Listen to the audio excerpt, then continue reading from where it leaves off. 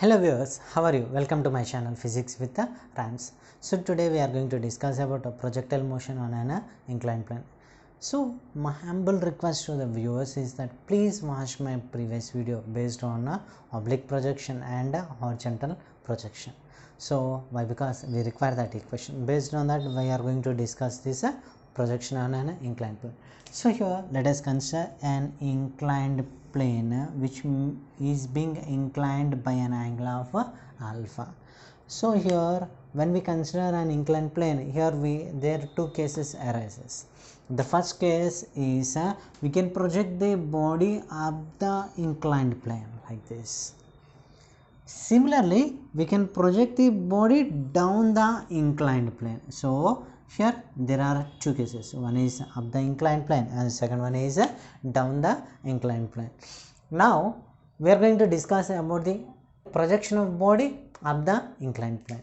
Let us consider the inclined plane is having an angle of alpha, nothing but it is being inclined by an angle of alpha.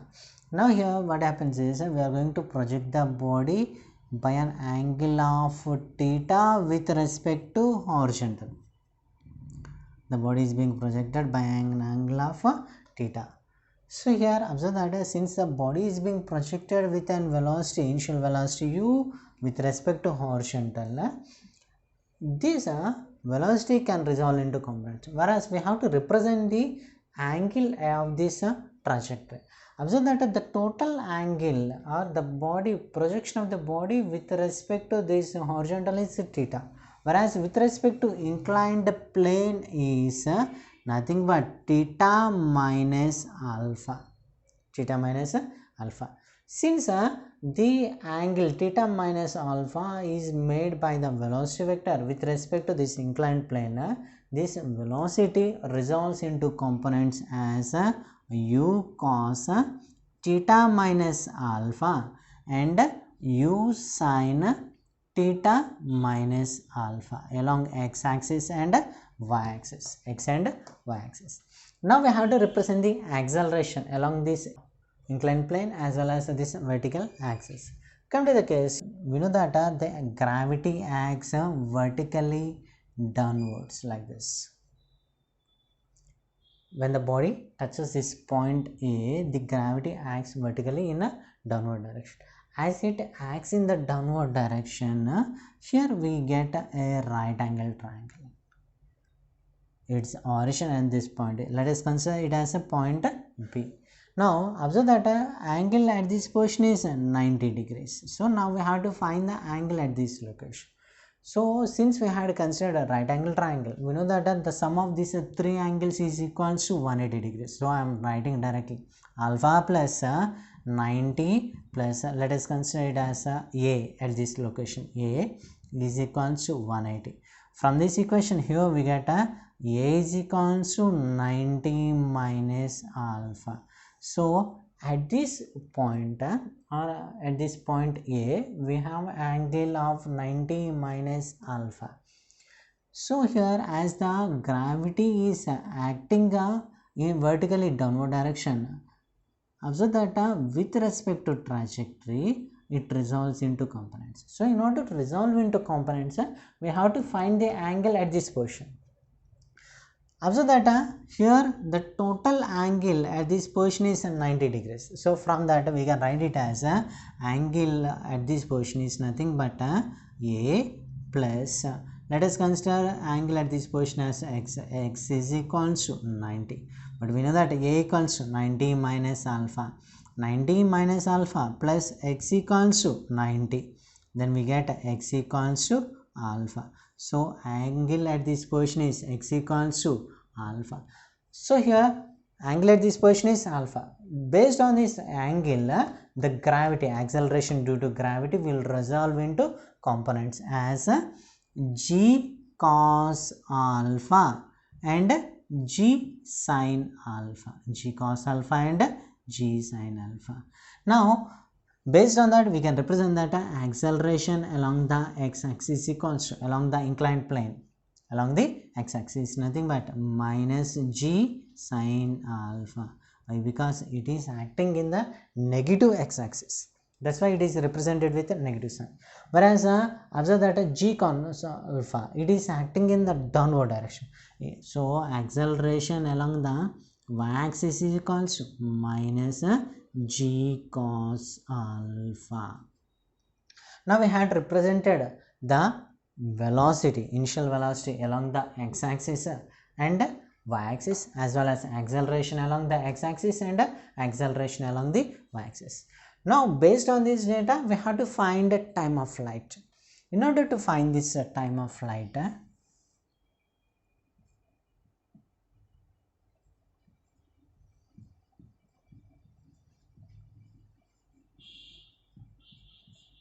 we consider s equals to ut plus half a t square. Whereas we know that the resultant displacement along the vertical axis is 0. So y equals to 0. Based on that, 0 equals to velocity along the y axis is nothing but u into sine of theta minus alpha into t, minus acceleration along the vertical axis is minus g cos alpha. So plus into minus minus half into g cos alpha into t square. So if I bring this g by 2 cos alpha t square towards this side, then t gets cancelled. Then we have g by 2 into cos alpha into t is equals to u sin theta minus alpha. So from this here we get a t is equals to 2u into sine of theta minus alpha by g cos alpha. This equation represents the time of flight. Take a screenshot, we will continue.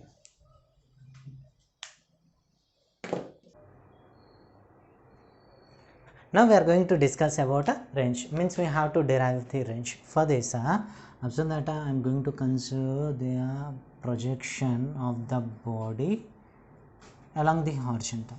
So here as the body is being projected up with a velocity u, based on the angle of theta, based on this angle it resolves into components as u cos theta and u sin theta, u cos theta and u sin theta.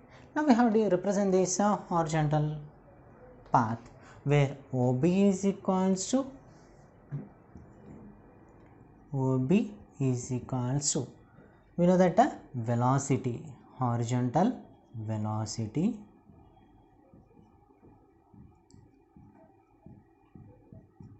into time of flight, time of flight. So come to the case, here we know that horizontal velocity is nothing but u cos theta. So based on that we can represent it as u cos theta into time of flight is 2u sin of theta minus alpha by g cos alpha. So if I substitute here, we have 2 into u sin theta minus alpha by g cos alpha. So based on that we can write this equation as u into u is 2u square sin of theta minus alpha into cos theta by g cos alpha.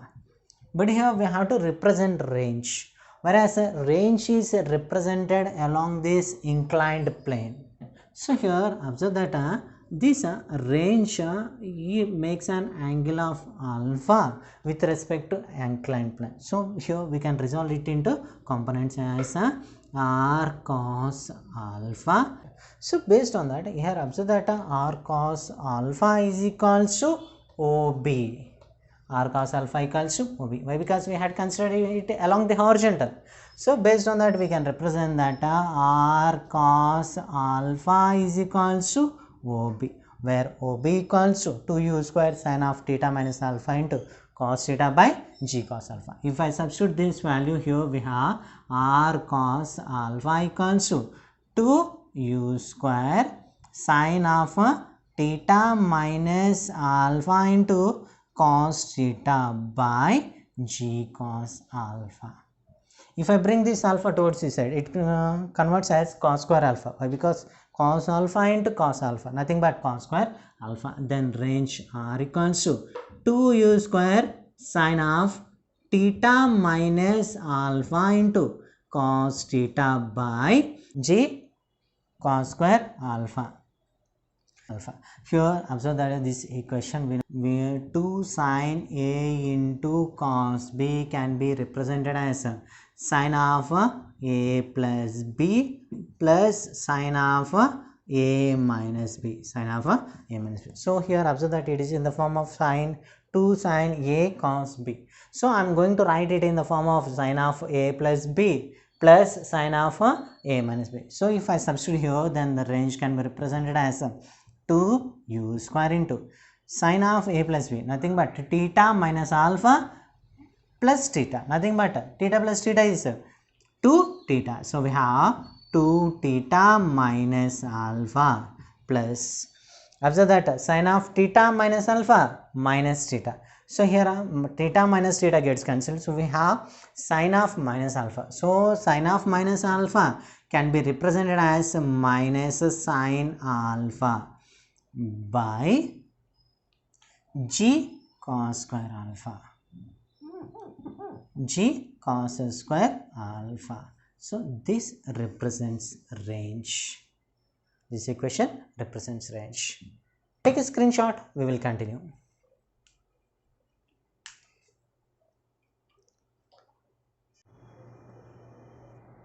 Now we are going to represent a maximum range. So here maximum range. Come to the case of this maximum range. We know that range is given as r equals to u square into sin of 2 theta minus alpha minus sin alpha by g cos square alpha. So this represents range. Range will be maximum when 2t minus alpha is equals to 90 degrees, nothing but pi by 2. So if I substitute here, we know that sin 90 is 1, then we can represent the range as u square into 1 minus sin alpha by g cos square alpha, g cos square alpha. So here now we have to represent theta in terms of pi by 2, then we can represent it as 2 theta equals to pi by 2 minus alpha, pi by 2 minus alpha, then theta is equals to pi by 2 into 2, 4 minus alpha by 2.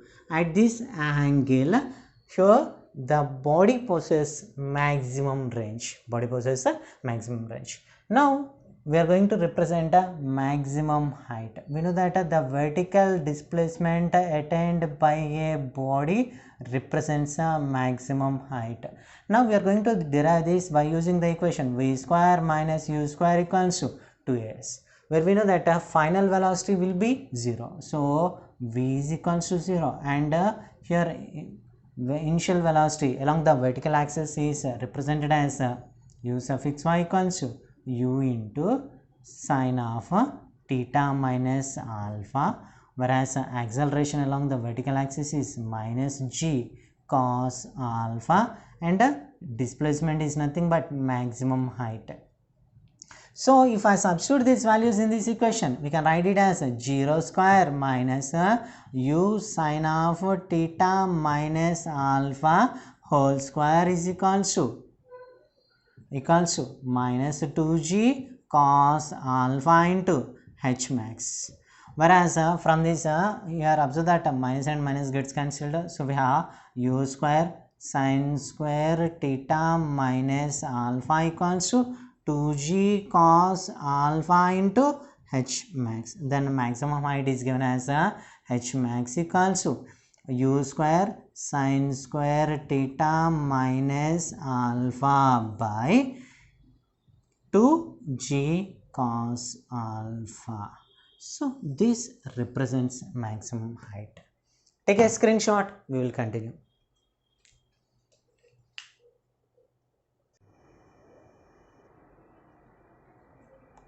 Okay, now let us consider that the angle made by the inclined plane is equal to 0. Means here the inclined plane is not present, the angle is equal to 0. If we consider that alpha equals to 0, then let us see the equations. Observe that here if I substitute alpha equals to 0, then we get a time of flight t is equals to 2 u into sine theta by g into cos 0 is 1. So here we get a time of flight t is equals to 2 u sine theta by g.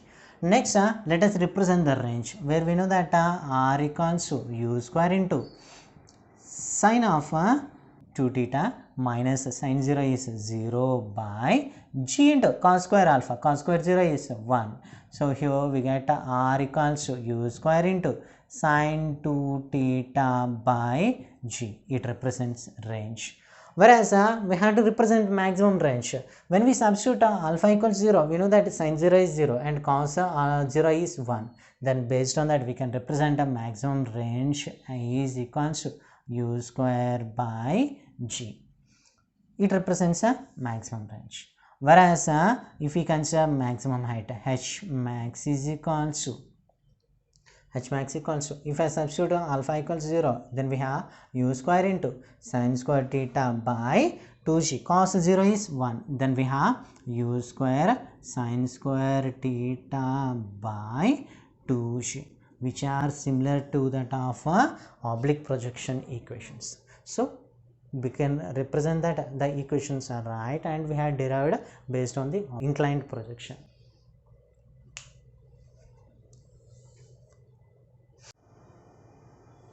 Now let's solve numericals based on this projection. Here observe that this problem is being asked in JEE 2019. A plane is inclined at an angle of 30 degrees. Observe that the plane is inclined at an angle of 30 degrees with respect to horizontal. A particle is projected with a speed of, here the particle is being projected with a speed of 2 meters per second from the base of the plane, making an angle of theta equals to 15 degrees. With respect to plane, the body makes an angle of 15 degrees with respect to plane as shown in figure. The distance from the base at which the particle hits the plane is close to.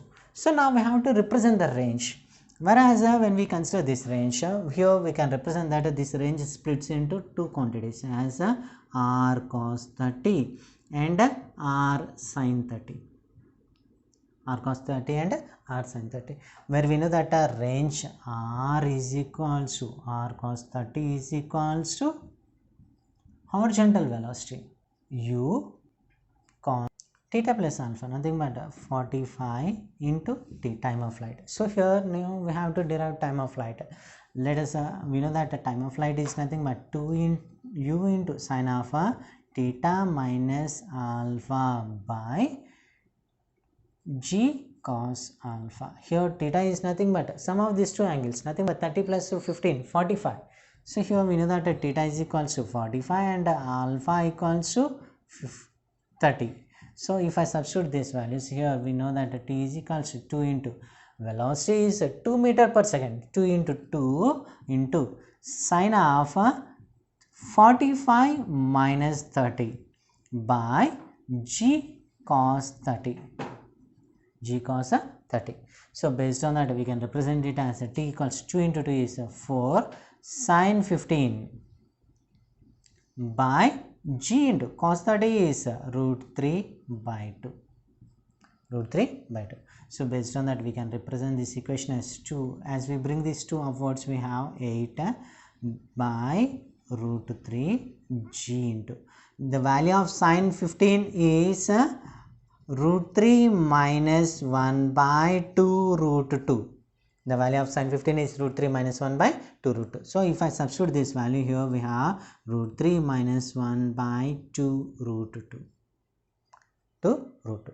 So now here we have to substitute this value in this equation, where we know that r into cos 30 is root 3 by 2 is equals to velocity is 2 into cos 45 1 by root 2 into time of flight is 8 by root 3 into g into root 3 minus 1 by 2 root 2. 2 root 2. So here as you observe this, here root 2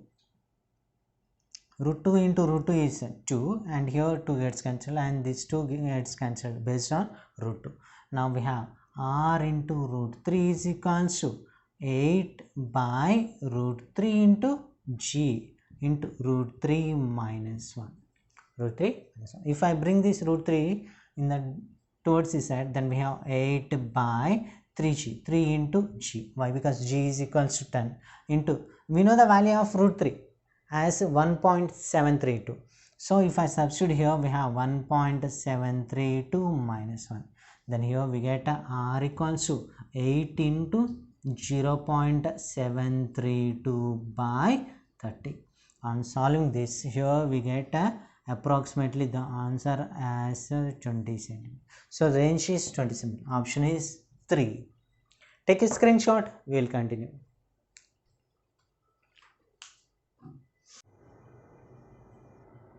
The next problem is the time taken by the projectile to reach from A to B is t.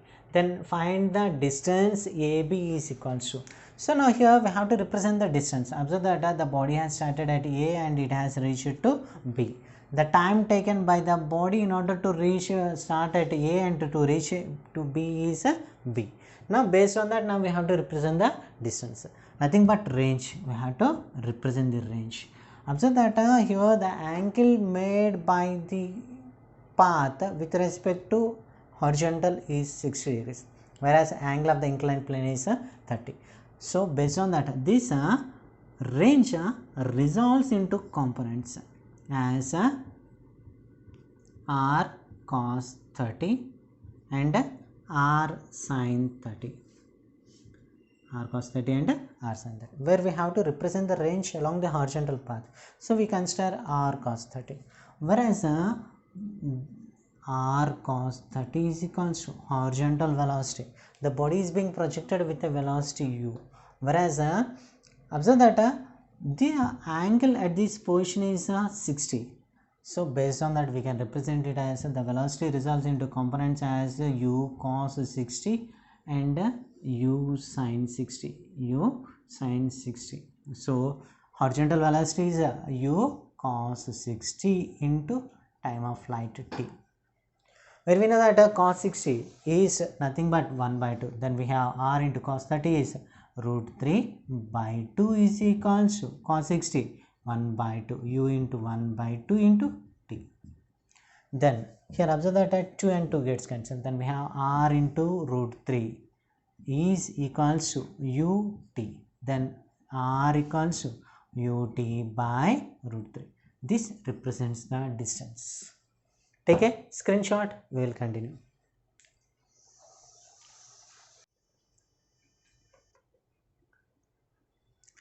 The next problem is a particle is projected with a certain velocity at an angle alpha. Here observe that the particle is being projected by an angle of alpha with respect to horizontal from the foot of an inclined plane of inclination 30 degrees, whereas the angle of the inclined plane is 30 degrees. If the particle strikes the plane normally, then alpha is equals to. Now we have to find the angle alpha.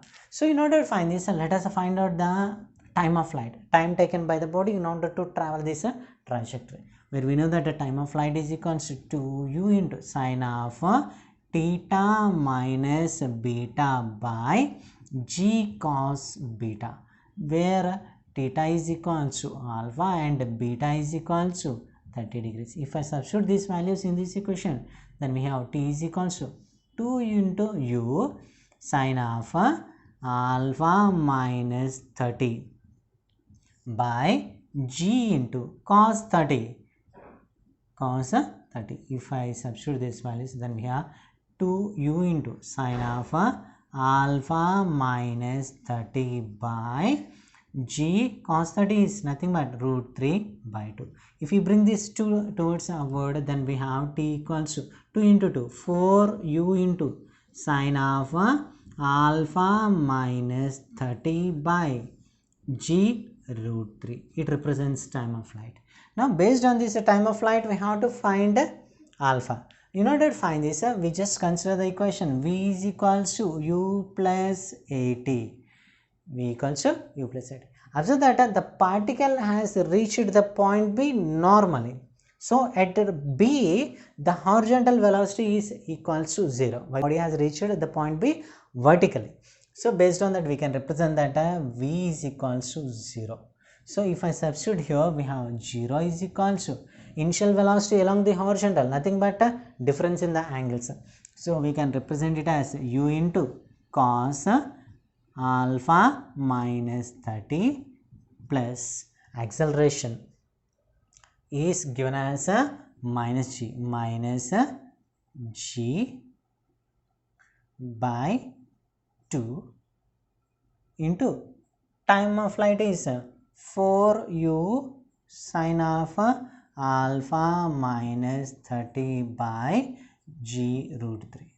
So here we had considered g by 2 is nothing but we know that along the inclined plane acceleration is g sine 30, where sine 30 value is 1 by 2. So based on that here we can represent it as a equals to g sine 30, which is equals to g by 2. So I am going to directly substitute this. Since it is acting in the downward direction, it is represented with a negative sign. Then we have u 0 equals to u cos alpha minus 30 minus g by 2 into 4u sine of alpha minus 30 by g root 3. So here observe that g gets cancelled and 2 to the 4, and if we bring this equation towards this side, then we have u cos alpha minus 30 is equals to u sine 2u sine alpha minus 30 by root 3. 30 by root 3. So here observe that u and u gets cancelled. So send this root 3 towards its side and bring this cos of alpha minus 30 towards this side. Then we have sine of alpha minus 30 by cos of alpha minus 30 is equals to root 3 by 2. Sine by cos, nothing but tan. So here we have tan of alpha minus 30 is equals to root 3 by 2. Root 3 by 2. So now since we require alpha, bring this tan towards this side. Then it converts into tan inverse. Then we can represent it as alpha minus 30 is equals to tan inverse of root 3 by 2. Then alpha equals to 30 plus tan inverse of root 3 by 2. So option is 1. Take a screenshot.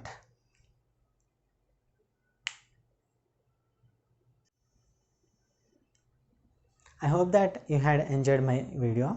Please give a like to this video and share this video to your friends, and don't forget to subscribe my channel. Thank you.